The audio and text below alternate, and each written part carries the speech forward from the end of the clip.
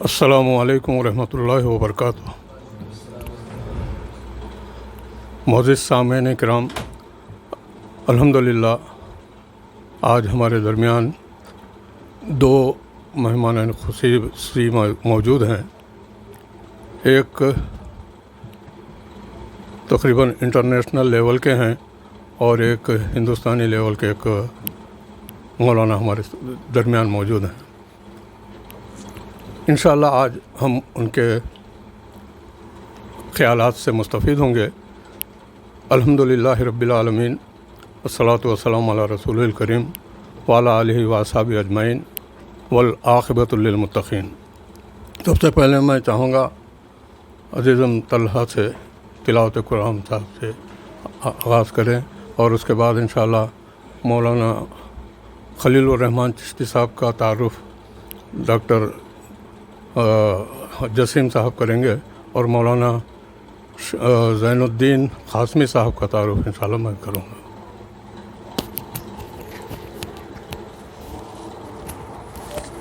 السلام علیکم ورحمۃ اللہ وبرکاتہ۔ اعوذ باللہ من الشیطان الرجیم، بسم اللہ الرحمن الرحیم۔ ألم تر كيف فعل ربك بأصحاب الفيل ألم يجعل كيدهم في تضليل وأرسل عليهم طيرا أبابيل ترميهم بحجارة من سجيل فجعلهم كعصف مأكول۔ جزاك الله خير۔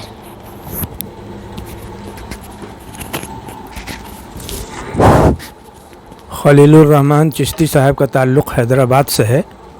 وہاں سے انہوں نے ایگریکلچر میں بیچلر کیا، اس کے بعد کینیڈا سے انہوں نے ایم ایس کیا ایگریکلچر میں، اور ہارٹی کلچر ان کا اسپیشلائزیشن ہے۔ اور کینیڈا میں وہاں کام کرنے کے بعد مدینہ منورہ میں، کویت میں، ریاض میں، یمبو میں، جدہ میں اور ریاض میں انہوں نے کام کیا۔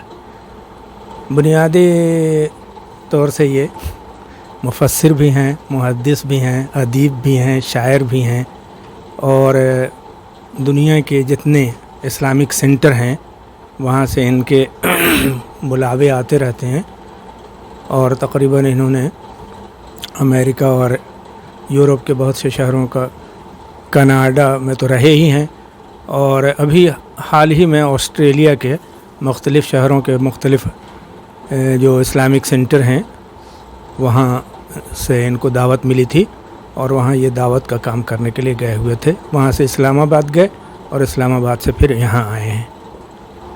تو یہ ان کا مختصر سا تعارف ہے۔ اب ہم گزارش کریں گے خلیل الرحمان چشتی صاحب سے کہ وہ ہم لوگوں کو درس دیں۔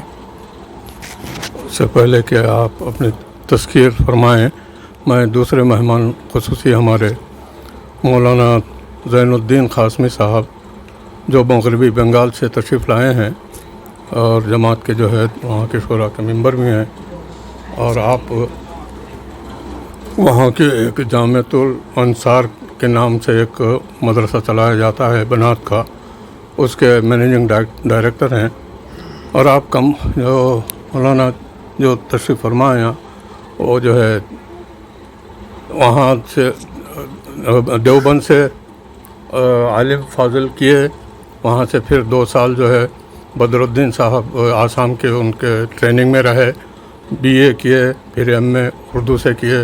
الحمدللہ مختصر سے وقت میں کافی صلاحیتوں کے ساتھ ابھر کے آئے، اور دیناج پور مغربی بنگال کا جو پسماندہ علاقہ ہے اس میں جو ہے آپ الحمدللہ اپنی کاوشوں کو جاری رکھے ہیں، جس میں ابھی جو ہے جامعۃ الانصار کے نام سے یتیم بچے بھی ہیں 35-40 کے قریب، اور باقی دوسرے لڑکیاں ہیں، بچیاں، تو وہ اس کا جو ہے مینیجنگ ڈائریکٹر ہیں۔ انشاءاللہ وہ بھی آپ کو آخری میں مخاطب کریں گے۔ پہلے میں مولانا محترم خلیل الرحمان چشتی صاحب سے خواہش کرتا ہوں کہ وہ آج کی اس نشست کا آغاز فرمائیں۔ انشاءاللہ مغرب کی نماز یہیں پڑھی جائے گی، یہ دونوں کے پروگرام اس کا انشاءاللہ تکمیل کے بعد۔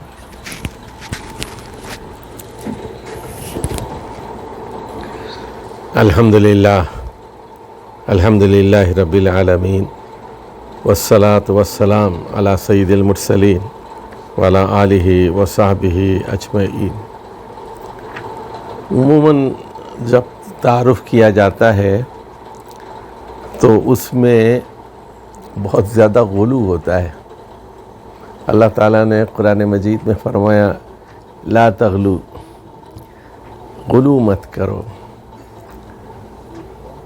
تو میں دین کا ایک پرانا طالب علم ہوں، چھوٹا موٹا سا، کوئی 40-50 سال سے قرآن مجید کا مطالعہ کر رہا ہوں، احادیث کا مطالعہ کر رہا ہوں، اور اللہ کا بڑا کرم ہے کہ تحریک سے وابستہ ہوں۔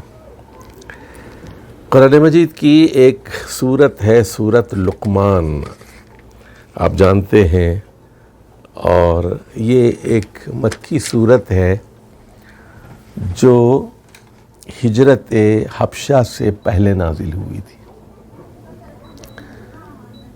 اور آپ جانتے ہیں کہ مکے میں زندگی اعلان عام کے بعد بہت تلخ ہو چکی تھی، اور تین نبوی میں اعلان عام ہوا، اور 5 نبوی میں تقریباً 1.5-2 سال کے بعد رجب 5 نبوی میں 80 مرد اور 20 خواتین صحابہ اور صحابیات نے حبشہ کی طرف ہجرت کی۔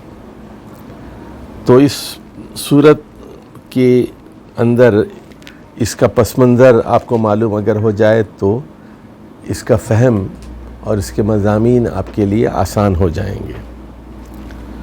تو بنیادی طور پر بات یہاں یہ ہے کہ جتنے بوڑھے لوگ تھے وہ مشرکین تھے، اور نوجوان جو نسل تھی 12 سے 20 کے درمیان یہ اسلام قبول کر رہی تھی۔ حضرت علی، رسول اللہ صلی اللہ علیہ وسلم کی عمر جب 40 سال تھی، حضرت علی صرف 10 سال کے تھے، 30 سال چھوٹے تھے۔ حضرت ابو بکر 38 سال کے تھے، 2 سال چھوٹے تھے۔ حضرت عمر 28 سال کے تھے، لیکن اسلام انہوں نے دیر سے قبول کیا، 6 نبوی میں انہوں نے اسلام قبول کیا۔ حضرت سعید بن زید جو عشرہ مبشرہ میں سے ہیں، ان کی عمر 12 سال تھی۔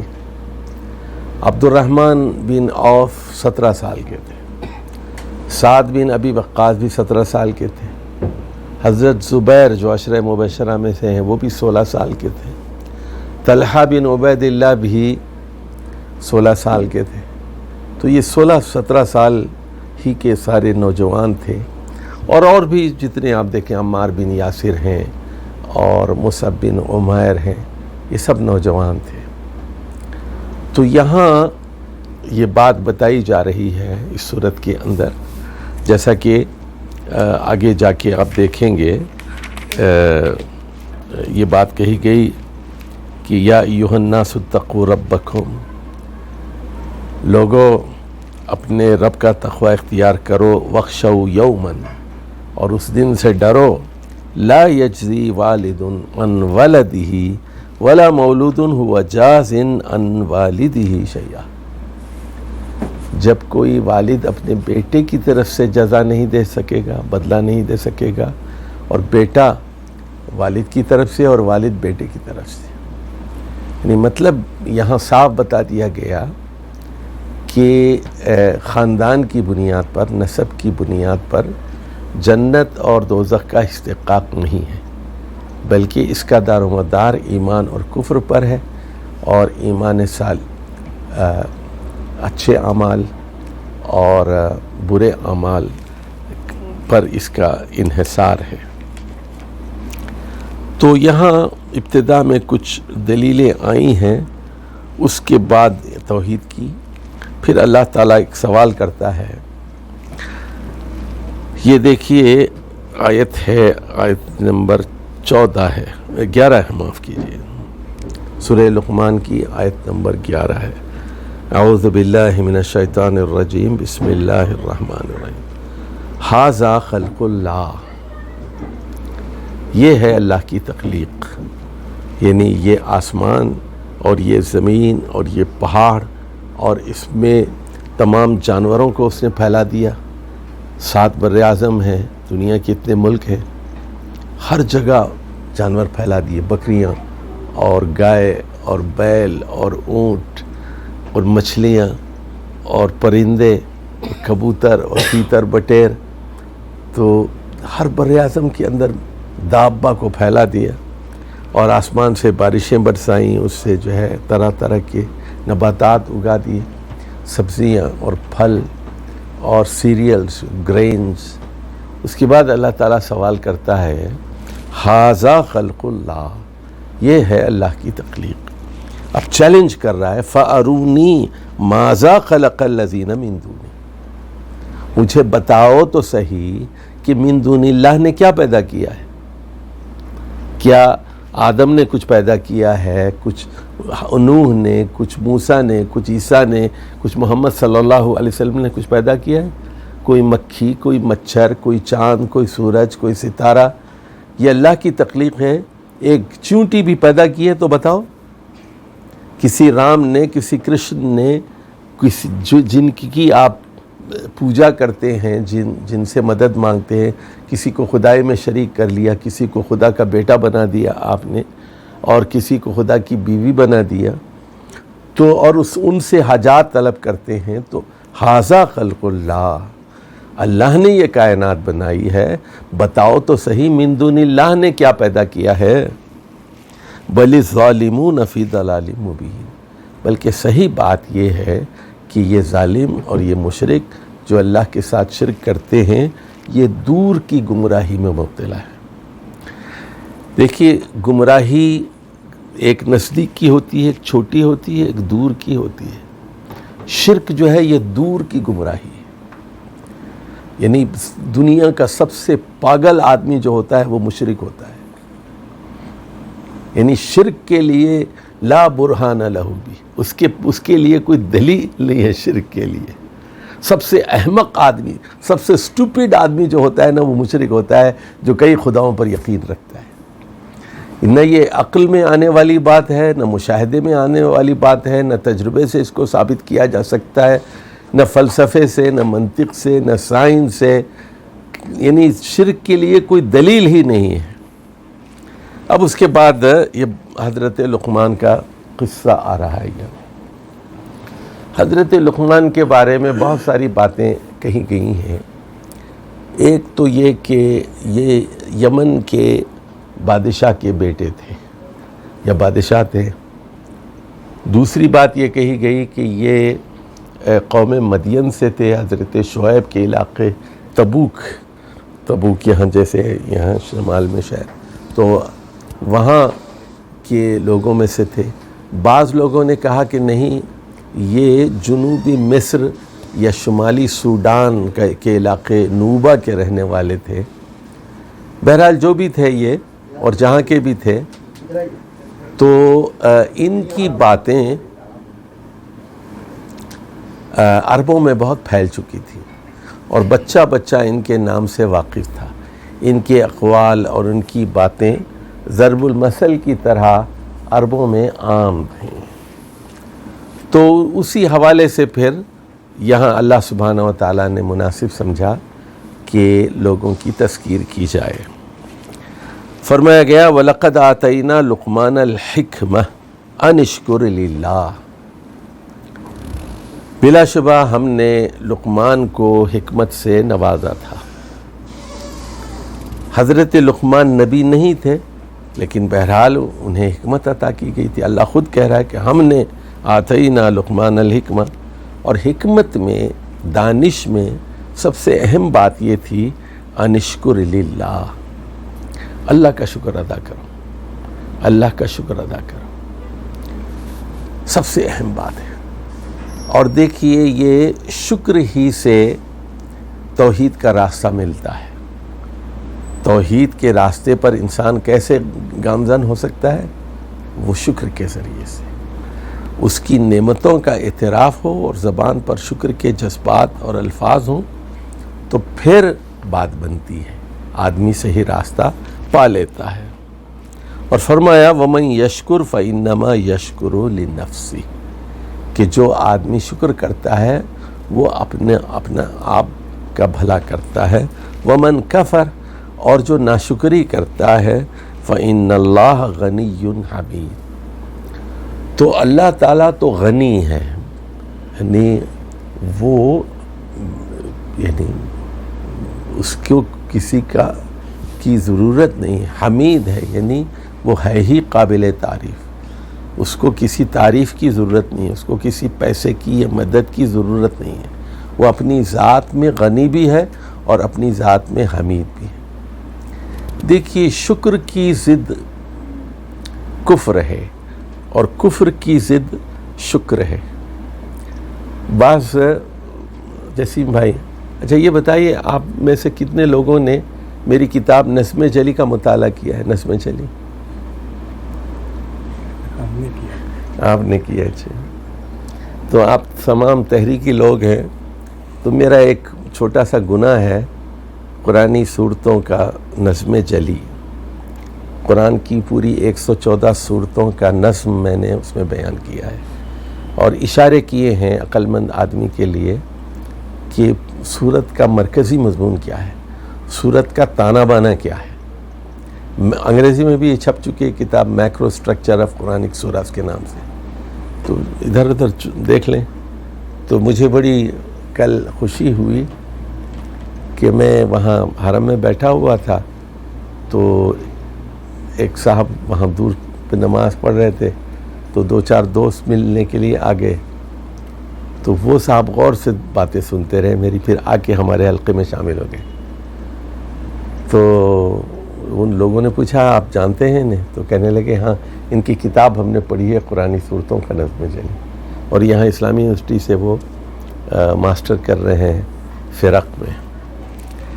بہرحال یہ تو ایک ذیلی بات تھی، وہ میں بتا رہا تھا کہ شکر کی ضد ہے ناشکری، کفر، اور کفر کی ضد ہے شکر۔ جیسے وہاں دیکھیے سورہ دہر میں کہا گیا، آپ کو آزادی دی گئی نا، اِنَّا خَلَقْنَا الْإِنسَانَ بِالنُّطْفَةٍ أَمْشَاجٍ نَبْتَلِيهِ فَجَعَلْنَاهُ سَمِيعًا بَصِيرًا إِنَّا هَدَيْنَاهُ السَّبِيلَ إِمَّا شَاكِرًا وَإِمَّا كَفُورًا۔ آپ کی مرضی ہے، یا تو شاکر بن کے رہیں یا کافر بن کے رہیں، یا تو شکر ادا کریں یا ناشکرے بنیں۔ جو ناشکرہ ہوگا وہ شاکر نہیں ہو سکتا، جو شاکر ہوگا وہ ناشکرہ نہیں ہو سکتا، دونوں میں سے ایک حالت ہوگی، اما شاکر و اما کفورا۔ تو کفر جو ہے کہ ہمارے ذہن میں جب بھی کافر کا لفظ آتا ہے تو فوراً ہم غیر مسلم کا دماغ میں تصور آ جاتا ہے، لیکن بنیادی طور پر اس کا مطلب ہے ناشکری۔ اور بھی سورہ ابراہیم کا جو مرکزی مضمون ہے وہاں بھی دیکھیے آپ شکر اور ناشکری کے درمیان تقابل ہے۔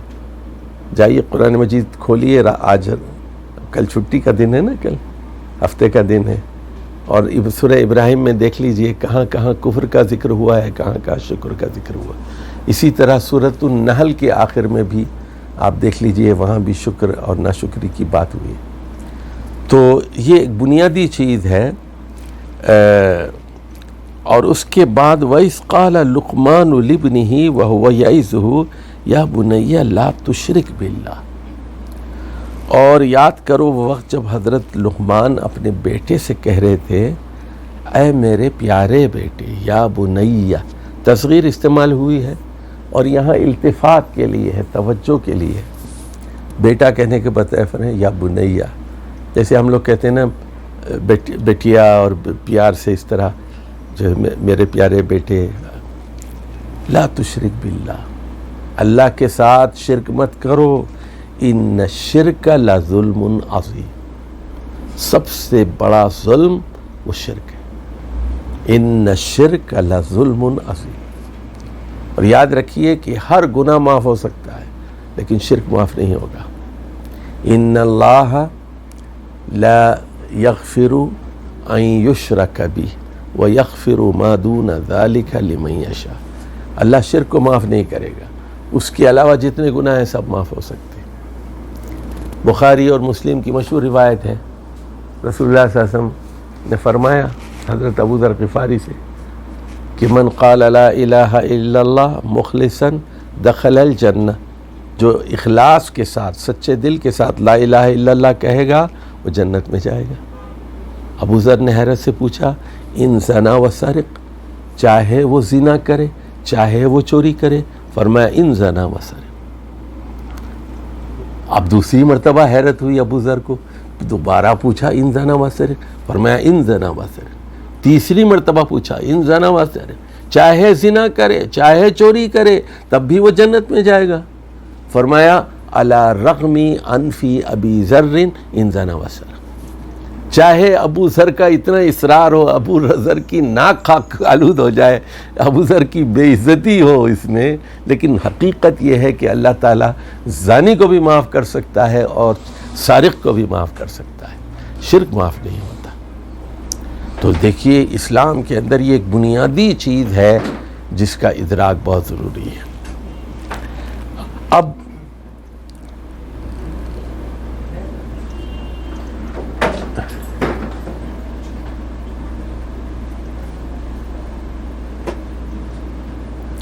دیکھیے سب سے پہلا حق، اچھا یہ اس کا مفہوم مخالف کیا ہوگا؟ اس کا مفہوم مخالف کیا ہوگا کہ سب سے زیادہ عدل کی بات کیا ہے؟ عدل کی بات کیا ہے؟ توحید ہے۔ یعنی سب سے بڑا ظلم اگر شرک ہے، سب سے بڑی انصاف کی بات یہ ہے کہ اللہ ایک ہے، اور ہمیشہ سے ہے، کوئی اولاد نہیں ہے، بیوی نہیں ہے، بہن نہیں ہے، شوہر نہیں ہے، بھائی نہیں ہے، دادا نہیں ہے، دادی نہیں ہے، نانا نہیں ہے، نانی نہیں ہے، تاریخ پیدائش نہیں ہے، مرتا نہیں، ہمیشہ سے ہمیشہ رہے گا، اول ہے وہ۔ تو یہ اس کو اللہ کے لیے تشبیہ حرام ہے، لیس کمثلہ شیء، کوئی چیز اللہ کی جیسی ہے نہیں، نرالا ہے، یکتا ہے، احد ہے، سب سے الگ ہے، سب سے جدا ہے، ہمیشہ سے طاقتور ہے، بے عیب ہے، بے عیب ہے، طاقتور ہے۔ تو سب سے اچھا، جو آدمی توحید میں کمزور ہوتا ہے تو پھر اس کی ساری جو سوچ ہے، اس کی ذہنیت بالکل خراب ہوتی ہے، نہ وہ بیوی کے ساتھ صحیح ہوتا ہے، نہ بھائیوں کے ساتھ، نہ معاشرے کے ساتھ، نہ شہریوں کے ساتھ، نہ مسلموں کے ساتھ، نہ غیر مسلموں کے ساتھ، کیونکہ اس کی دماغ میں جو کیڑا ہے وہ کیڑے کی صفائی پہلے ضروری ہے، اور شرک سے بڑا کوئی کیڑا نہیں ہے، اس سے بڑی کوئی بیماری نہیں ہے۔ آدمی کو کینسر ہو جائے لیکن شرک نہ ہو، آدمی کو بڑی سے بڑی بیماری ہو جائے لیکن شرک نہ ہو، اس کا کوئی علاج نہیں ہے اس کا۔ اچھا اب اس کے بعد دیکھیے حضرت لقمان پہلے کس کا حق بتایا؟ اللہ کا حق بتا دیا۔ اس کے بعد اب والدین کے بارے میں کہہ رہے ہیں وَوَصَّيْنَا الْإِنسَانَ بِوَالِدَيْهِ، اور ہم نے انسان کو وصیت کی والدین کے بارے میں، ماں کے بارے میں بھی، باپ کے بارے میں بھی، اور خصوصاً ماں کے بارے میں۔ حَمَلَتْهُ أُمُّهُ وَهْنًا عَلَى وَهْنٍ، ماں نے اس کو حمل کو اٹھایا تکلیف پر تکلیف اٹھا کر، 9 مہینے اٹھا کے پڑتی رہی، اور وَفِصَالُهُ فِي عَامَيْنِ، اور دودھ چھڑانے میں فصال میں 2 سال لگے۔ ایک حدیث میں ہے کہ میرے حسن سلوک کا سب سے زیادہ حقدار کون ہے؟ ایک صحابی نے پوچھا، رسول صلی اللہ علیہ وسلم نے فرمایا امک، تمہاری ماں۔ فرمایا ثم ایون، اس کے بعد کون ہے؟ فرمایا تمہاری ماں۔ تیسری مرتبہ پوچھا اس کے بعد کون ہے؟ فرمایا تمہاری ماں۔ چوتھی مرتبہ پوچھا اس کے بعد کس کا حق ہے؟ فرمایا تمہارا باپ۔ 3 مرتبہ فرمایا امک امک امک، چوتھی مرتبہ فرمایا ابوک۔ مولانا امین حسن اصلاحی نے ایک جگہ لکھا ہے کہ غالباً اس کی وجہ یہ ہے کہ قرآن مجید یہ کہتا ہے کہ ماں کی 3 خصوصیات ایسی ہیں جو والد کے لیے ہیں۔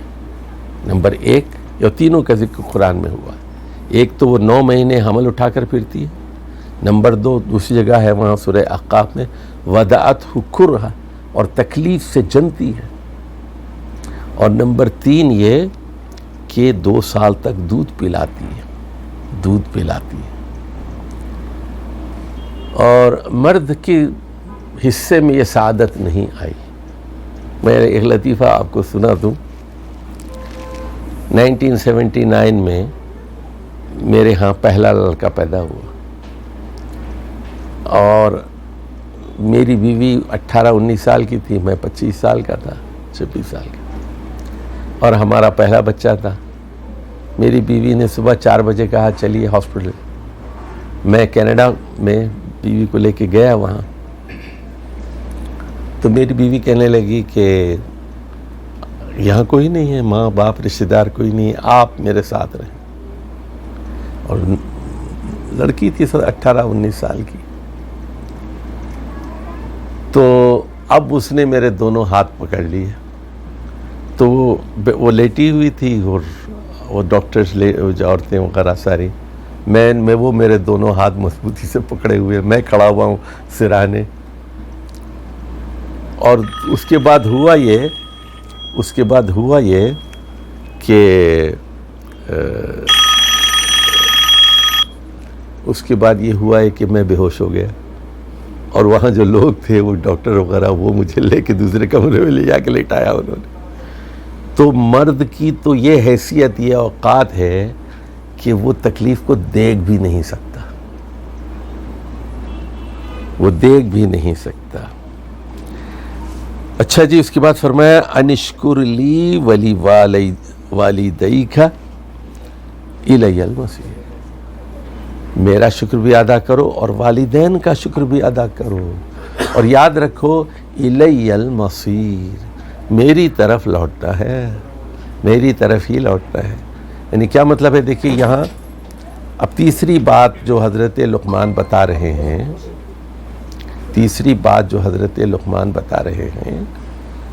تو پہلے تو توحید کی بات کر دی نا، والدین کا ذکر کر دیا، شرک کو ظلم عظیم قرار دیا. اس کے بعد کہہ رہے ہیں کہ آخرت پر ایمان لاؤ، لوٹنا میرے طرف ہے، الی المصیر. اچھا، اب والدین کے بارے میں، والدین بعض اوقات بلیک میل کرتے ہیں آپ کو. مثال کے طور پر والدین بڑے ظالم ہوتے ہیں بہت سارے. حضرت سعد بن ابی وقاص، ہاں صحیح بتا رہا ہوں میں آپ کو، اس قصے سناؤں گا آپ بھی شاید ہوں اس میں. سنیے، سعد بن ابی وقاص کی والدہ نے کہا کہ کیا تم نے کلمہ پڑھ لیا؟ تو کہا ہاں. تو کہا جب تک تم دوبارہ جاہلیت کا مذہب اختیار نہیں کرو گے، میں نہ سر میں تیل ڈالوں گی اور نہ غسل کروں گی. حضرت سعد نوجوان تھے، 16-17 سال کے، کہنے لگے نہ ہیں، لیکن میں یہ دین نہیں چھوڑ سکتا. سمجھے؟ بعض میرے پاس تو کئی لوگ آتے رہتے ہیں نا. ایک لڑکا آیا، کہنے لگا، وہ والدہ کہتی ہے بیوی کو طلاق دے دو ورنہ دودھ معاف نہیں کروں گی. ارے بھائی ان کی کیوں دو طلاق؟ والدہ کے کہنے پہ کیا بیوی کو طلاق دیں گے آپ؟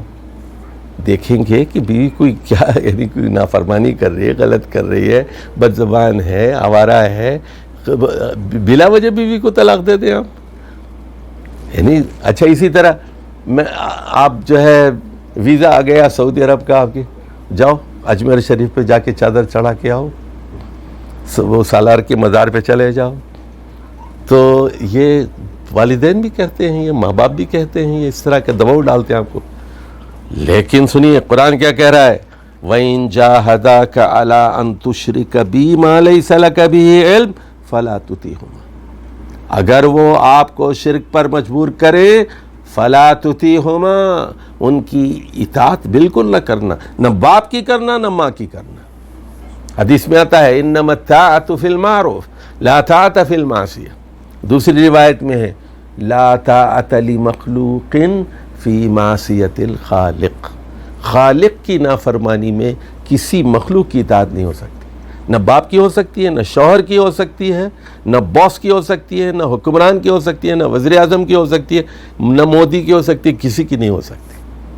خالق کی نافرمانی میں باپ کی نہیں ہو سکتی تو مودی کی کیا ہوگی؟ ماں کی نہیں ہو سکتی. البتہ سنیے، وَصَاحِبْهُمَا فِي الدُّنْيَا مَعْرُوفًا، باپ مشرک ہے، باپ بدعتی ہے، ماں بدعتی ہے، مشرکہ ہے، تو آپ بیٹا مسلمان ہو گئے. یا ماں جو ہے عیسائی ہے، باپ بھی عیسائی ہے، بیٹا مسلمان ہو گیا. تو اللہ یہ کہہ رہا ہے صاحبہما فی الدنیا معروفا، یعنی دنیا میں معروف کے مطابق ان کا ساتھ دیا جائے گا، ان کو پیسے دیے جائیں گے، ان کا سر دبایا جائے گا، پیر دبائے جائیں گے، خدمت کی جائے گی، دنیا میں ان کا ساتھ دیا جائے گا. لیکن حرام کام میں ان کی بات نہیں مانی جائے گی، مذہب میں ان کی بات نہیں مانی جائے گی. اس بات کو اچھی طرح سمجھ لیجیے.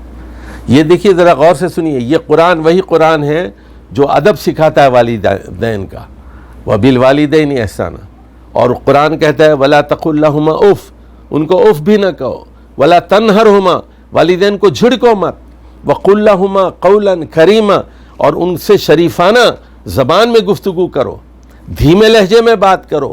وہی قرآن یہ کہہ رہا ہے کہ اگر وہ شرک پر آپ کو مجبور کریں تو ہرگز ان کی اطاعت نہ کرنا. حرام میں اطاعت نہیں ہے، معروفات میں ہے. اب آگے دیکھیے ذرا مسئلہ آ رہا ہے سیاسی مسئلہ. اب حضرت لقمان کیا سمجھ رہے ہیں؟ بہت بڑے سیاسی آدمی تھے وہ، اور بعض نے کہا ہے کہ وہ یمن کے بادشاہ تھے، اور جب تخت اپنے بیٹے کے حوالے کر رہے تھے تب انہوں نے یہ وصیت کی تھی. کہہ رہے وَاتَّبِعْ سَبِيلَ مَنْ أَنَابَ إِلَيَّ، وَاتَّبِعْ سَبِيلَ مَنْ أَنَابَ إِلَيَّ، اس لیڈر کے راستے کی پیروی کرو جو میری طرف متوجہ ہے. اس لیڈر کے راستے کی پیروی کرو جو میری طرف متوجہ ہو، یعنی جس میں انابت پائی جاتی ہو، جو منیب ہے، جو اللہ کی طرف پلٹتا ہے بار بار، 5 وقت کا نمازی ہے، 5 وقت مسجد جاتا ہے، اللہ کی طرف رجوع کرتا ہے، قرآن بار بار پڑھتا ہے، حدیث بار بار پڑھتا ہے، عالم ہے، صاحب علم ہے، صاحب تقویٰ ہے، انابت ہے اس کے اندر. کس کا راستہ کس کا ہو؟ وَاتَّبِعْ یعنی پیروی کرو، سبیل من اناب الی، اس آدمی کا راستہ جو میری طرف انابت اختیار کرتا ہے. تو لیڈر کے اندر مسلمان لیڈر، آپ بہت سارے لیڈر ہیں نا، بہار میں بھی ہیں، یو پی میں بھی ہیں، وہ حیدرآباد کا بھی ہے، وہ مسخرے بہت ہیں ہندوستان میں بھی، پاکستان میں تو اس سے بڑھ کے ہیں، ایک سے بڑھ کر ایک. لیکن انابت بہت کم میں ملے گی آپ کو، منیب نہیں، اللہ کی طرف رجوع کرنے والے نہیں ملیں گے آپ کو، سب ایسے ہی بہروپیے ہیں. سبیل الا ماشاء اللہ سبیل من اناب الی ثم الی مرجعکم، اور پھر تم لوگوں کو میری طرف لوٹنا ہے. فانبئکم بما کنتم تعملون، پھر میں دکھا دوں گا تمہیں، تمہاری کتاب دکھا دوں گا. انبئکم بما کنتم تعملون، تمہارا نامہ اعمال جو تم کرتے رہے ہو نا، سب کا سب دکھا دوں گا. اور کہا جائے گا اقرا کتابک، اپنی کتاب پڑھو، اپنا اعمال نامہ پڑھو، خود ہی دیکھ لو.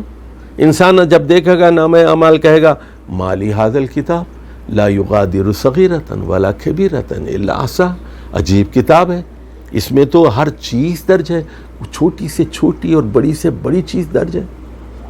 میں نے اس آدمی کو 5 روپے دیے تھے، وہ بھی لکھا ہوا ہے اس کے اندر. میں نے اس لڑکی کو آنکھ ماری تھی، وہ بھی لکھا ہوا ہے. ہر چھوٹی سے چھوٹی بات لکھی ہوئی. مالی ھذا الکتاب، کیسی ہے یہ عجیب و غریب کتاب، یہ میرا نامہ اعمال ہے. لا یغادر صغیرۃ ولا کبیرہ الا احصاها، ہر اس میں کوئی چیز چھوٹی ہی نہیں ہے، کوئی چیز چھوٹی ہی نہیں ہے، اس میں ہر چیز درج ہے. پوری فلم دکھا دی جائے گی، پیدائش سے لے کے بچپن، اسکول کی زندگی، ماسٹر صاحب مارتے تھے، پھر اسکول سے ہائی اسکول میں آ گئے، پھر کالج میں آ گئے، یونیورسٹی میں آ گئے، ملازمت ہو گئی، شادی ہو گئی، پہلا بچہ ہو گیا، سعودی عرب آ گئے، مدینہ منورہ پہنچ گئے. آپ پوری فلم آپ کی ہے. اور اس کے بعد پھر انا للہ و انا الیہ راجعون، یہ بیماری ہو گئی، وہ بیماری ہو گئی، اور اس کے بعد کام ختم.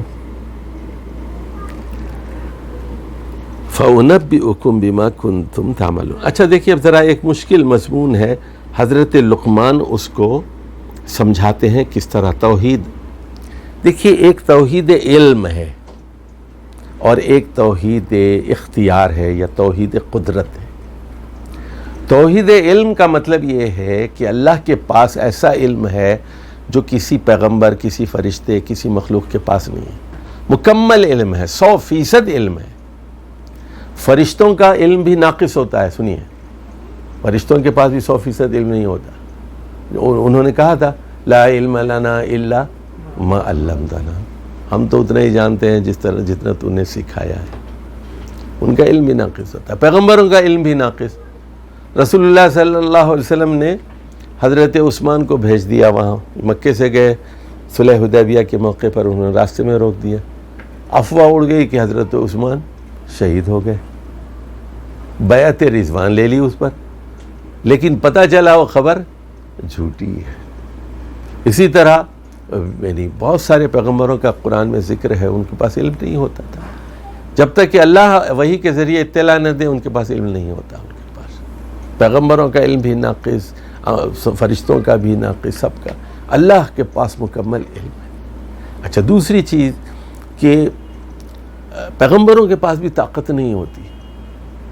اب جیسے لوط علیہ السلام کے گھر میں وہ فرشتے آ گئے نوجوان انسانوں کی شکل میں، اور وہ ہوموسیکشول جو تھے، ہم جنس پرست، انہوں نے گھر کو گھیر لیا. وہ کہنے لگے یہ لڑکے ہمارے حوالے کر دو. تو حضرت لوط نے بڑی بے بسی کے عالم میں کہا کاش میرے پاس قوت ہوتی تو میں تم لوگوں کو ایسی تیسی کر کے رکھ دیتا. تمہارے میرے پاس رکن شدید ہوتا میرے پاس. تو پیغمبر بھی بعض اوقات بے بس ہو جاتا ہے نا. تو یہ بات سمجھ لیجئے. لیکن پیغمبر اپنا راستہ نہیں چھوڑتا، وہ حق پر قائم رہتا ہے. وہ چاہے اس کی جان چلی جائے، چاہے اس کو آگ میں کودنا پڑے، لیکن وہ توحید پر سمجھوتا نہیں کرتا. اب اس کو دیکھیے حضرت لقمان بیٹے کو سمجھا رہے ہیں، ذرا سمجھ لیجیے آپ. یا بنیا، اے میرے پیارے بیٹے، انہا ان تکو مثقال حبۃ من خردل، کہ ایک رائی کا دانہ ہے، فتکن فی صخرۃ او فی السماوات او فی الارض. رائی کا دانہ، رائی دیکھی آپ لوگوں نے؟ ہاں جی. اچھا سنیے، میں قاسمی صاحب آپ کو ایک لطیفہ سناؤں. میں لولو والمرجان پڑھا رہا تھا، تو اس میں ایک حدیث آتی ہے، اللہ تعالیٰ کہے گا جنتیوں سے جاؤ دوزخ میں جا کے دیکھو، جس کے پاس ذرہ برابر ایمان ہے نا اس کو دوزخ سے نکال کے لے آؤ. اس کے بعد اللہ تعالیٰ کہے گا اچھا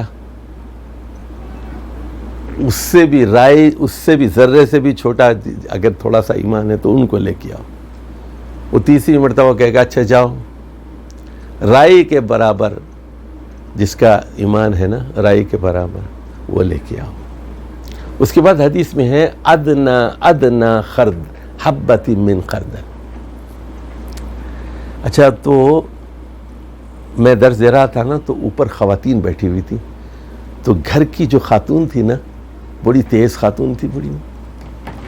اس نے کہا ایک پلیٹ میں نوکر کو، اس نے کہا، وہ درس وہ خواتین بھی سن رہی تھی، اس نے کہا میرے پاس رائی ہے، میں رائی بھیجتی ہوں نیچے. وہ پلیٹ میں رائی بھیجی. تو میں نے جب رائی کو دیکھا، سمجھے بچپن میں دیکھا تھا لیکن بڑے ہونے کے بعد نہیں دیکھا، تو دیکھا کہ رائی کے جو دانے ہیں اس کی بھی کئی قسمیں ہوتی ہیں. ایک ذرا اس سے باریک اور اس سے باریک اور اس سے باریک. تو حدیث میں آیا ہے ادنا حبہ. تو اتنا بھی باریک سا باریک بھی اگر ایمان ہو تو اس کو بھی جا کے بالآخر توحید کی بدولت، لا الہ الا اللہ کی بدولت اس کی نجات ہو جائے گی اس کی. اچھا، اب فرض کیجئے آپ ہوائی جہاز میں بیٹھے ہوئے، وہاں آپ کے ہاتھ میں ایک چھوٹا سا رائی کا دانہ ہے، وہاں سے آپ نے پھینک دیا، وہ چلا گیا کہیں آسمان میں یا کسی چٹان پہ یا ہمالیہ کی چوٹی پہ گر گیا یا بحر ہند میں گر گیا یا سمجھے کسی جانور کی پیٹھ پہ آ کے بیٹھ گیا یا کسی کے منہ میں آ کے گر گیا، وہ پتہ نہیں کہاں گیا ہے نا، رائی کا دانہ ہے۔ حضرت لقمان کہہ رہے ہیں یاتی بہ اللہ، اللہ اس کو لے کر آئے گا۔ دیکھ رہے ہیں آپ ذرا؟ اچھا، اب رائی کا دانہ اگر آسمان سے گر گیا، آسمان میں کہیں ادھر ادھر اڑ رہا ہے، ہوا میں ہے کہیں، یا سمندر میں گر گیا، چٹان پہ گر گیا، زمین پہ کہیں گر گیا، ریگستان میں گر گیا، راجستھان کے کسی سمجھے ریگستان میں جنگل میں گر گیا، مدھیہ پردیش کے جنگل میں گر گیا کہیں، یاتی بہ اللہ۔ اچھا، اللہ اس کو لے آئے گا۔ اللہ کو لانے کے لیے کیا چاہیے؟ اس رائی کو لانے کے لیے کیا چاہیے بھائی؟ فرض کیجئے آپ نے ایک دانہ اوپر سے گرا دیا نا، اس دانے کو لے کے آنا ہے دوبارہ، اس کے لیے کیا چاہیے آپ کے پاس؟ پہلے تو لوکیٹ کرنا پڑے گا گیا کہاں ہوں، علم چاہیے آپ کے پاس۔ تو پتہ چلا ہمالیہ کی چوٹی پہ ہے، پتہ چلا کہ سمندر کی تہ میں ہے، مچھلی نے کھا لیا ہے اس کو، علم ہو گیا نا۔ پہلے تو نالج ہونا ضروری ہے۔ دوسری چیز یہ ہے، لائیں گے کیسے مچھلی کو، کیسے پکڑیں گے اس کو، ہمالیہ پہ کیسے جائیں گے؟ اس کے لیے کیا چاہیے؟ طاقت چاہیے۔ پہلے علم چاہیے اور طاقت چاہیے۔ اب بیٹے کو سمجھا رہے ہیں حضرت لقمان یاتی بہ اللہ، اللہ اس کو لے آئے گا۔ اور اس کے بعد فرمایا ان اللہ لطیف خبیر، اللہ تعالیٰ بہت ہی باریک بھی باخبر ہے، باریک بھی باخبر ہے۔ یعنی کیا مطلب ہے؟ وہی کہ چھوٹی سی چھوٹی نیکی بھی جو آپ نے کی ہے اس کو بھی لے آئے گا، دکھا دے گا۔ چھوٹی سے چھوٹی برائی بھی ہے وہ بھی تولی جائے گی، سمجھے؟ تو فمن ثقلت موازینہ، وہ جو ہے نا، ہاں، تو وہاں پھر تولے جائیں گے نا عمل۔ تو یعنی مثقال ذرۃ من خیر یرہ، مثقال ذرۃ من شر یرہ، آپ اس کو دیکھیں گے، خیر کا چھوٹا سا ذرہ ہو یا شر کا ذرہ ہو، یرہ یرہ، آپ اس کو دیکھیں گے، اس نیکی کو دیکھیں گے، اس برائی کو دیکھیں گے، آپ کو دکھایا جائے گا قیامت کے دن، تاکہ اتمام حجت ہو۔ آپ یہ نہ کہیں کہ پکڑے جاتے ہیں فرشتوں کے لکھے پر ناحق، غالب کہتے ہیں نا، پکڑے جاتے ہیں فرشتوں کے لکھے پر ناحق۔ آدمی کوئی ہمارا دم تحریر بھی تھا، وہ تیرے فرشتے لکھ رہے تھے، ہمارا بھی کوئی آدمی تھا لکھنے والا، فلم آپ کو دکھا دی جائے گی۔ غالب صاحب فکر نہ کریں، آپ نے جتنی عیاشیاں کی ہیں وہ سب دکھا دی جائیں گی آپ کو، ہر انسان کو دکھا دی جائیں گی اس کو۔ یا بنی، آپ سن لیجئے بیٹے، اے میرے پیارے بیٹے، اقیم الصلاۃ، نماز قائم کر، نماز پڑھ نہیں، نماز قائم کر، نماز قائم کر۔ کیا مطلب ہے؟ کہ جماعت ہو، وضو کا انتظام کر، مسجد بنا، نماز کی تعلیم دے، نماز کے فرائض بتا، واجبات بتا، نماز کیسے ہوتی ہے، نماز میں خشوع کیا ہوتا ہے، کون سی نماز منہ پہ مار دی جائے گی، کون سی نماز قبول کی جائے گی، نماز کا قیام، اقامت نماز۔ یاد رکھیے، اقامت دین میں اقامت نماز سب سے پہلی چیز ہے۔ اقامت دین میں سب سے پہلی چیز ہے اقامت توحید، اور اس کے بعد دوسرے نمبر پر اقامت نماز۔ قرآن مجید میں 30 سے زیادہ مقامات پر اس کا ذکر ہوا ہے، 38 مقامات پر، اور اس کے ساتھ پھر زکوٰۃ کا بھی ذکر ہوا، اور اس کے بعد فرمایا وَمُرْ بِالْمَعْرُوفِ وَانْهَ عَنِ الْمُنْکَرِ۔ اب دیکھیے، کوئی باپ یہ نہیں کہتا، آج کا باپ پتہ ہے کیا کہتا ہے؟ آج کا باپ کہتا ہے سیدھے تو اسکول جا، کالج جا، اور اس کالج سے سیدھے گھر واپس آ، ادھر ادھر جھگڑوں میں پڑھنے کی تجھے کوئی ضرورت نہیں ہے۔ ایسے ہی ہے نا، ماں باپ بھی تو ناقص ہے، مجاہد قسم کے ماں باپ تھوڑے ہی ہیں۔ بیٹا دین کے لیے دل تیرا مضبوط ہونا چاہیے، اور دل گردے والا ہو تو، اور ہمت کے ساتھ اور پوری جمع مردی کے ساتھ، ایمان کے ساتھ زندہ رہے۔ ڈرنے کی کیا بات ہے؟ اللہ کے پاس جانا ہے، زیادہ سے زیادہ کیا ہوگا؟ موت آئے گی، اور کیا ہوگا؟ اور کیا ہوگا؟ زیادہ سے زیادہ موت آئے گی، اور موت جو ہے فائدے کا سودا ہے یا گھاٹے کا سودا ہے؟ فائدہ ہی فائدہ ہے نا۔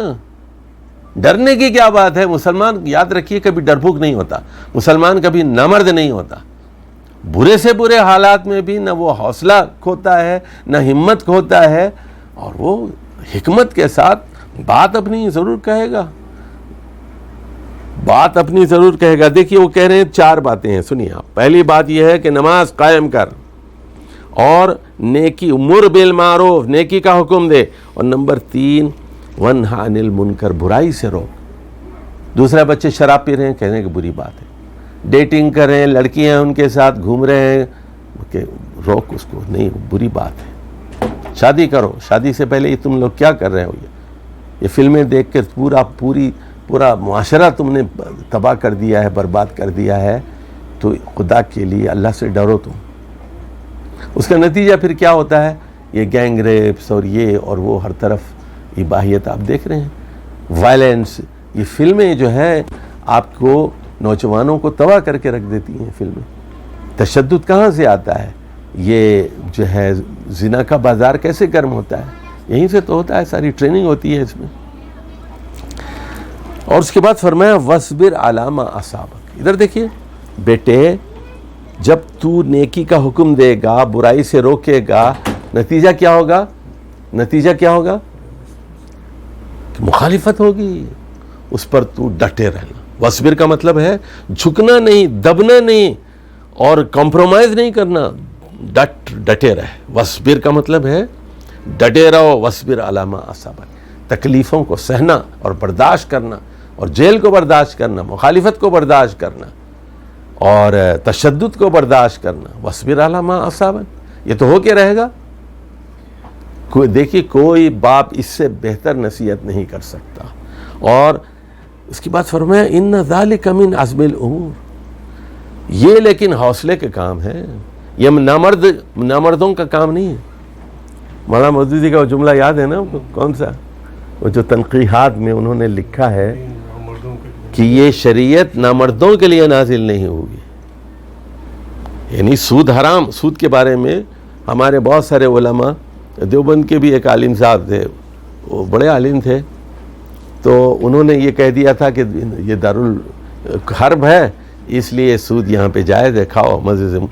مسلمان سود کھا سکتے ہیں، ہندوؤں کو سود پہ پیسہ دو، ہندوؤں سے پیسہ لو. مولانا مودودی نے اس کے خلاف لکھا، پورے وہ کتاب ہے، دیکھ لیجئے آپ، سود وہ. تو اس پر وہ مضمون لکھا انہوں نے کہ یہ شریعت نامردوں اور بزدلوں کے لیے نازل نہیں ہوئی. سود حرام ہے اور قیامت تک کے لیے حرام ہے، تو سود کو مٹانا ہمارا کام ہے. اور لوگ، ہمارے قافلے میں ایسے لوگ پیدا ہوئے. یہ دیکھیے ابھی نجات اللہ صدیقی صاحب کا انتقال ہوا، آپ جانتے ہی ہیں. تو گورکھپور کے تھے یہ. ہم اب یہاں تھے 80 میں، 1980 میں ہماری بڑی ملاقاتیں رہیں، بلکہ ہم نے ان سے درس بھی لیا تھا الادب المفرد کا، کئی دن پڑھاتے رہے. اور عربی بہت اچھی تھی ان کی، عربی بھی تھی، اور PhD پروفیسر بھی تھے، علی گڑھ کے بھی پروفیسر تھے، پھر بعد میں یہاں پروفیسر ہو گئے. اور دنیا میں بڑا کام کر کے دکھایا انہوں نے کہ غیر سودی بینک چلائے جا سکتے ہیں، یہ دنیا کو بتایا. ان ذلك من عزم الامور ولا تصعر خدك للناس. بیٹے گال پھلا کر لوگوں سے بات مت کرو. اپنے آپ میں رہتے نا اکڑ کے، کسی سے السلام علیکم. کل کی بات ہے، میں لفٹ میں 3-4 خواتین تھی، ایک صاحب تھے، میں نے کہا السلام علیکم، سب خاموش. میں نے کہا میں نے السلام علیکم کہا، کسی نے جواب نہیں دیا. آپ کو سلامتی نہیں چاہیے کیا؟ اب ہر ایک اپنا اکڑا ہوا ہے، سمجھ رہے. سلام کا جواب تو دو یار. ایک مسلمان آپ کو سلام کرے، سلامت رہیں، سلامت رہیں، سلامت رہیں، سلام. وہ علیکم السلام کہنے میں تمہارا کیا جاتا ہے تمہارا؟ دیکھیے یہ تکبر ہے نا، تو اس میں آدمی پھولا رہتا ہے اپنے. وَلَا تُسَعِّرْ خَدَّكَ لِلنَّاسِ. اصل میں یہ اونٹوں کی ایک بیماری ہے جس کو تسعیر کہتے ہیں، جس میں اس کے گال پھول جاتے ہیں. تو لوگوں سے ملنساری سے ملو، خاکساری سے ملو، محبت سے ملو، مسکرا کے ملو. یہ نہیں کہ اکڑ کے بیٹھے ہوئے. ہر ایک سے، مسلم ہو غیر مسلم ہو، آپ ہر ایک سے ملیے, دوستی کیجیے, اپنی بات کیجیے, بولیے کہ خدا ایک ہے. ڈرنے کی کیا بات ہے؟ اللہ ایک ہے, خدا ایک ہے, کائنات کا بنانے والا ایک ہے. تو یہ جتنے خدا ہیں نا ان سب کو بنانے والا وہی ہے. اللہ کون ہے؟ فرمایا لوگوں کو یہ بتاؤ کہ رام کو اور کرشن کو اور یہ سیتا کو, یہ سب کا بنانے والا وہی ہے. عیسیٰ کا اور سب کا جو ہے اس کا خالق وہی ہے. چاند کا, سورج کا, زمین کا, ستاروں کا, سب کا بنانے والا وہی ہے, خالق وہی ہے. ڈرنے کی کیا بات ہے؟ ڈرنے کی کیا بات ہے؟ وَلَا تَمْشِ فِي الْأَرْضِ مَرَحًا, اور زمین میں اکڑ کے مت چلو. ان اللہ لا يحب كل مختال فخور, اللہ تعالیٰ ہرگز محبت نہیں کرتا, یعنی نفرت کرتا ان لوگوں سے جو فقر جتاتے ہیں, جو اپنے آپ کو بڑی چیز سمجھتے ہیں. وقصد فی مشک, اپنی چال میں اقتصاد ہو, اعتدال ہو. وقصد فی مشک, دیکھیے چال آپ کو بتا دیتی ہے کہ آپ کے اندر کے جذبات کیا ہیں. دیکھیے اگر چال دیکھنی ہو نا آپ کو, الیکشن سے پہلے جا کے دیکھیے کہ اس کی تصویر ویڈیو بنا لیے کہ الیکشن کے سے پہلے اس کی چال کیا ہوتی ہے. اچھا الیکشن ہارنے کے بعد اس کی چال دیکھ لیجئے, الیکشن جیتنے کے بعد اس کی چال دیکھ لیجئے. خدا جب حسن دیتا ہے نزاکت آ ہی جاتی ہے, اور پیسے جب آ جاتے ہیں تو چال بدل جاتی ہے. تو اصل میں چال جو ہے انسان کے باطن کی آئینہ دار ہوتی ہے. یہاں جو کھچڑی پکتی ہے نا اندر, ہانڈی کے اندر جو پکڑا ہے نا, وہی تو آتا ہے باہر. چال جو ہے وہ باطن کی چیز ظاہر میں نمایاں ہو جاتی ہے. اور فرمایا وَخْدُدْ مِنْ صَوْتِكَ, بیٹے اپنی آواز دھیمی رکھو, پست رکھو. ان انکر الاصوات لصوت الحبیر, تو بتایا کہ سب سے بھونڈی آواز, ان انکر الاصوات لصوت الحبیر. دیکھیے بڑے بھائی کے سامنے زور سے بات نہ ہو, شوہر کے سامنے زور سے بات نہ ہو, والد کے سامنے زور سے بات نہ ہو, استاد کے سامنے زور سے بات نہ کی جائے. جو لوگ زور سے بات کرتے ہیں اس کا مطلب یہ ہے کہ وہ آپ کا احترام نہیں کرتے. وہ اسی لیے اللہ نے قرآن میں کہا نا اف تک نہ کو, بلکہ وہاں سورہ حجرات میں کہا گیا لا ترفعوا اصواتکم فوق صوت النبی, نبی کے سامنے بھی اپنی آواز بلند نہ کرو, ایسا نہ ہو کہ تمہارے اعمال غارت ہو جائیں. تو میرے بھائیوں یہ باتیں تھیں جو حضرت لقمان نے اپنے بیٹے کو سمجھائیں. جو باتیں کہی گئیں اس کا خلاصہ نمبر 1 کہ شرک کی کوئی دلیل نہیں ہے. اللہ نے چیلنج کیا ہے کہ ان لوگوں نے کیا پیدا کیا ہے, بتاؤ مجھے. جتنے خدا بنائے گئے ہیں اللہ کے علاوہ انہوں نے کیا پیدا کیا ہے, اور سب سے اہم چیز کیا ہے؟ شکر, اللہ کا شکر ادا کرو. پھر سب سے بری چیز کیا ہے, سب سے ظالمانہ چیز کیا ہے؟ وہ شرک ہے. اور پھر والدین کے ساتھ حسن سلوک ہو, خصوصاً والدہ کے ساتھ. والدین اگر شرک پر مجبور کریں تو یا حرام کے لیے مجبور کریں, ان کی اطاعت نہیں کی جائے گی, لیکن دنیا میں ان کی مدد کی جائے گی, ساتھ دیا جائے گا ان کا. اس لیڈر کی پیروی کریں جس کے اندر انابت ہو, اللہ سے رشتہ مضبوط ہو. اور اللہ کا علم یہ ہے کہ کسی رائی کے دانے کو چاہے چٹان پہ ہو, چاہے آسمان پہ ہو, چاہے زمین پہ ہو, اس کو لا سکتا ہے. اس کا علم ایسا ہے, اس کی قدرت ایسی ہے اس کی. بیٹے نماز قائم کر, نیکی کا حکم دے, برائی سے روک, اور جو تکلیف پہنچے اس پہ صبر کر. اور یہ حوصلے کے کام ہے. لوگوں سے گال پھلا کے بات مت کر. چال عاجزی کی ہو, تکبر کی چال نہ ہو. اور بیٹا یاد رکھ کہ اپنی آواز کو پست رکھ, کیونکہ سب سے بھدی اور بھونڈی آواز وہ گدھے کی ہوتی ہے. ان انکر الاصوات لصوت الحمیر. والسلام علیکم ورحمۃ اللہ وبرکاتہ. کوئی سوال اگر ہے تو کر لیجیے. جیسے مغرب کی اذان 5:07 میں ہو چکی ہے. وہ 5:35 میں ہے, 34 میں, ہاں 34 میں. ٹھیک, سوال اگر ہے تو کوئی کر لیں. ایک میں پوچھنا چاہ رہا ہوں کہ شرک کا جو ریئل ڈیفینیشن کیا ہے؟ باتیں بہت آتی ہیں شرک، تو اس کا ریئل ڈیفینیشن تھوڑا سا بتائیں، کیونکہ اس کے اندر بہت ساری کنفیوژن آ جاتی ہے، اس کو سمجھنا چاہتا ہوں. دیکھیے، ایک تو شرک،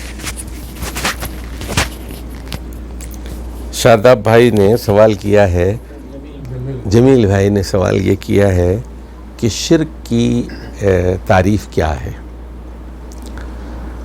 تو شرک ایک تو ہے شرک فی ذات، اور دوسرے ہے شرک فی صفات. شرک فی ذات کا مطلب یہ ہے کہ اللہ ایک ذات نہیں ہے. جیسے عیسائی کہتے ہیں کہ 3 خدا ہیں، ٹرینیٹی ہے، ایک باپ ہے، ایک بیٹا ہے اور ایک ہولی گھوسٹ ہے. یا باپ ہے، بیٹا ہے، ایک ماں ہے، مریم ہے. یہ تینوں کا مثلث 3 خدا ہیں. یہ ہندو بھی بنیادی طور پر 3 خداؤں کو مانتے ہیں. ایک برہما ہے جو خالق ہے، اور دوسرا وشنو ہے جو رب ہے، جس کے اوتار دنیا میں پیدا ہوتے رہتے ہیں، جو نظام کو چلاتا ہے. اور تیسرا شیوا ہے جو طاقت اور جنگ کا خدا ہے. اور باقی پھر ان کی ہزاروں دیویاں اور ان کے سارے ہیں. تو اللہ کی ذات میں، اچھا اسی طرح مشرکین مکہ یہ کہتے تھے کہ فرشتے اللہ تعالیٰ کی بیٹیاں ہیں، یا یہودی کہتے تھے کہ عزیر علیہ السلام اللہ کے بیٹے ہیں. یہ ہو گیا شرک فی ذات. شرک فی صفات یہ ہے کہ انسانوں کے بارے میں یہ کہنا کہ انسانوں کے اندر بھی وہی صفت موجود ہے، بالکل اسی طرح جو اللہ کی صفت ہے. جیسے اس کی مثال دیتا ہوں میں. جیسے آپ ہیں، آپ عالم ہیں، عالم ہو سکتے ہیں، علم حاصل کیا آپ نے، ڈگری حاصل کی ہے، علم حاصل کیا آپ نے. لیکن یہ بھی عالم ہے، انہوں نے ڈگری لی ہے، عالم ہے یہ.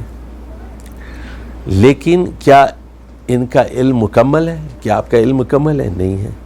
تو وفوق کل ذی علم علیم، ہر علم والے کے اوپر ایک عالم، اس سے بڑا ہے، اس سے بڑا ہے، اس سے بڑا ہے. لیکن اللہ کا جو علم ہے وہ 100% مکمل علم ہے. سمجھ کے؟ اچھا ذرا تھوڑی سی صفات کو سمجھ لیجئے. آپ بھی سمیع ہیں، سنتے ہیں، میں بھی سمیع ہوں، اللہ بھی سمیع ہے. آپ بھی بصیر ہیں، دیکھتے ہیں، میں بھی بصیر ہوں، میں بھی دیکھتا ہوں، اللہ بھی بصیر ہے، دیکھتا ہے. لیکن میں آپ کی طرف دیکھوں نا، میں ان کی طرف نہیں دیکھ رہا ہوں. جسیم صاحب کیا کر رہے ہیں مجھے نہیں پتا، یہ ہنس رہے ہیں، آنکھ مار رہے ہیں، طنز کر رہے ہیں مجھ پر، مجھے نہیں پتا یہ کیا کر رہے ہیں پیچھے سے. میں آپ کی طرف دیکھ رہا ہوں نا. اچھا اس دیوار کے پیچھے کیا ہے مجھے نہیں پتا. اچھا آپ کا بھی یہی معاملہ ہے، آپ میری طرف دیکھ رہے ہیں، آپ کے پیچھے ایک صاحب، بہت بڑی داڑھی والے صاحب بیٹھے ہوئے ہیں، وہ آپ کے بارے میں کیا سوچ رہے ہیں آپ کو نہیں پتا. اللہ تعالیٰ یاد رکھیے بیک وقت ایٹ دی سیم ٹائم وہ پوری دنیا کو دیکھ لیتے ہیں. اچھا ہم صرف اجالے میں دیکھ سکتے ہیں، روشنی کے اندر دیکھ سکتے ہیں، اندھیرے میں نہیں دیکھ سکتے. اچھا آنکھیں بند ہو تو ہم نہیں دیکھ سکتے، بے ہوشی کی حالت میں نہیں دیکھ سکتے، ہم نیند کی حالت میں نہیں دیکھ سکتے. ہم اللہ تعالیٰ نہ سوتا ہے نہ اونگتا ہے، اس کے لیے دن اور رات برابر ہے. اچھا ادھر دیکھیے، اگر میں زور سے کہوں جمیل بھائی، آپ سن لیں گے. اگر میں یہ کہوں آپ بالکل نہیں سمجھے. تو قرآن میں اللہ کیا کہتا ہے؟ وَأَسِرُّوا قَوْلَكُمْ أَوْ اجْهَرُوا بِهِ، آپ زور سے پکاریں، آہستہ پکاریں، اس کے لیے برابر ہے. تو اللہ جو ہے، اللہ کو یا اللہ پکاریں، آپ دل ہی دل میں پکاریں، آپ کوئی فرق نہیں پڑتا. سمجھ گئے؟ اللہ کی صفات ہماری صفات سے بالکل مختلف ہے. اس کی صفات کامل ہیں، ہماری صفات ناقص ہیں. اب فرض کیجئے، سنیے جی، اب میں ذرا غور سے مشکل بات سمجھا رہا ہوں. ذرا جمیل بھائی کا انتقال ہو گیا، جمیل بھائی کی ہم نے قبر بنا دی. ہاں اچھا سنیے، اب یہ قبر بنا دی نا، بڑے ولی اللہ ہیں جمیل بھائی، ولی اللہ ان کی قبر بنا دی. اب ان کی قبر پر جا کر اچھا اب میں جمیل بھائی کے بجائے میں اگر یوں کہتا ہوں, ادھر دیکھیے آپ سن رہے ہیں, اچھا آپ مر گئے, آپ کی قبر بنا دی ہم نے, آپ کی قبر پہ جا کے کہتا ہوں جمیل بھائی آپ سنیں گے؟ بھائی جب زندہ تھے اس وقت نہیں سن سکتے تھے, مرنے کے بعد کیا خاک سنیں گے آپ؟ تو اگر میں یہ سمجھوں حضرت کو تو پتہ چل گیا, میں گیا تھا نا حاضری کے لیے تو پتہ چل گیا, قبر میں سب پتہ چل گیا کہ آیا تھا جمیل. یہ کیا ہے؟ یہ سمجھنا کہ وہ بقی میں جو ہے یا کوئی نبی ہے یا کوئی صحابی ہے کہ یا کوئی ولی ہے, اس کو سارا علم ہو جاتا ہے اور آپ کے دلوں کے رازوں کو وہ جان لیتا ہے, تو یہ کیا ہے؟ شرک فی العلم ہے. یہ آپ اس آدمی کے علم کو اسی طرح سمجھ رہے ہیں جس طرح اللہ تعالیٰ کا علم ہے. اللہ تعالیٰ تو علیم بذات الصدور ہے نا, وہ سینوں کے رازوں کو تو جان لیتا ہے, نیتوں کو بھی جان لیتا ہے. وہ تو کیا نبی بھی نیتوں کو جان لیتا ہے؟ کیا فرشتے بھی نیتوں کو جان لیتے ہیں؟ نہیں. ہاں البتہ جو آپ کا اپنا فرشتہ ہے نا, اس کی ڈیوٹی ہے, یہ کدھر بیٹھا ہوا ہے, کدھر بیٹھا ہوا ہے, لکھ رہے ہیں یعنی عن الیمین عن الشمال قید کرامن کاتبین یعلمون ما تفعلون. تو یہ شرک فی صفات ہمارے ہاں عام ہے. مسلمانوں کے اندر بھی شرک فی ذات نہیں ہے ہمارے ہاں. ہم کہتے ہیں خدا ایک ہی ہے, لیکن جاتے ہیں اجمیر شریف ضرور جائیں گے. وہ فلم کو کامیاب کرانے ہیں نا, کیترینہ کیف بھی جاتی ہے وہاں پر, وہاں کہ ہمارے جو ہے فلم جو ہے ہماری ہٹ ہو جائے. میں ایک لطیفہ سنا دوں آپ کو. ہم گئے دبئی پیس ٹی وی کا پروگرام ریکارڈ کرنے کے لیے, ذاکر نائک نے بلایا تھا, تو 300 پروگرام میں نے ریکارڈ کرائے وہاں. تو وہ جو کیمرہ مین جو ٹیم تھی وہ بالی ووڈ کی فلم انڈسٹری کی ٹیم تھی. تو ایک صاحب جو ہے وہ ڈائریکٹر آف فوٹوگرافی تھے, ان کے نیچے 15 آدمی تھے اور ساری کیمرے 7 کیمرے لگے ہوئے ہیں, ایک نیچے 3 4 ادھر camera 7 eight a time. Director of photography ہے. تو میں نے ان سے پوچھا اچھا آپ نے کتنی فلموں کی شوٹ کی ہے؟ انہوں نے کہا کہ 80 فلمیں میں نے شوٹ کی.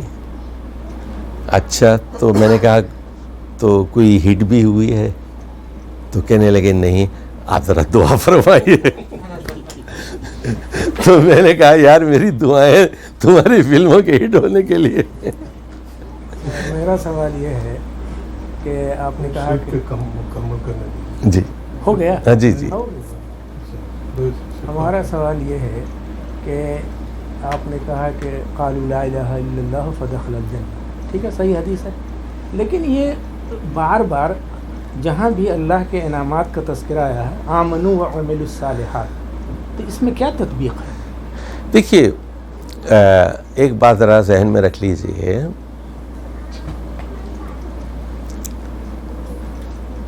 جو لا الہ الا اللہ کہے گا,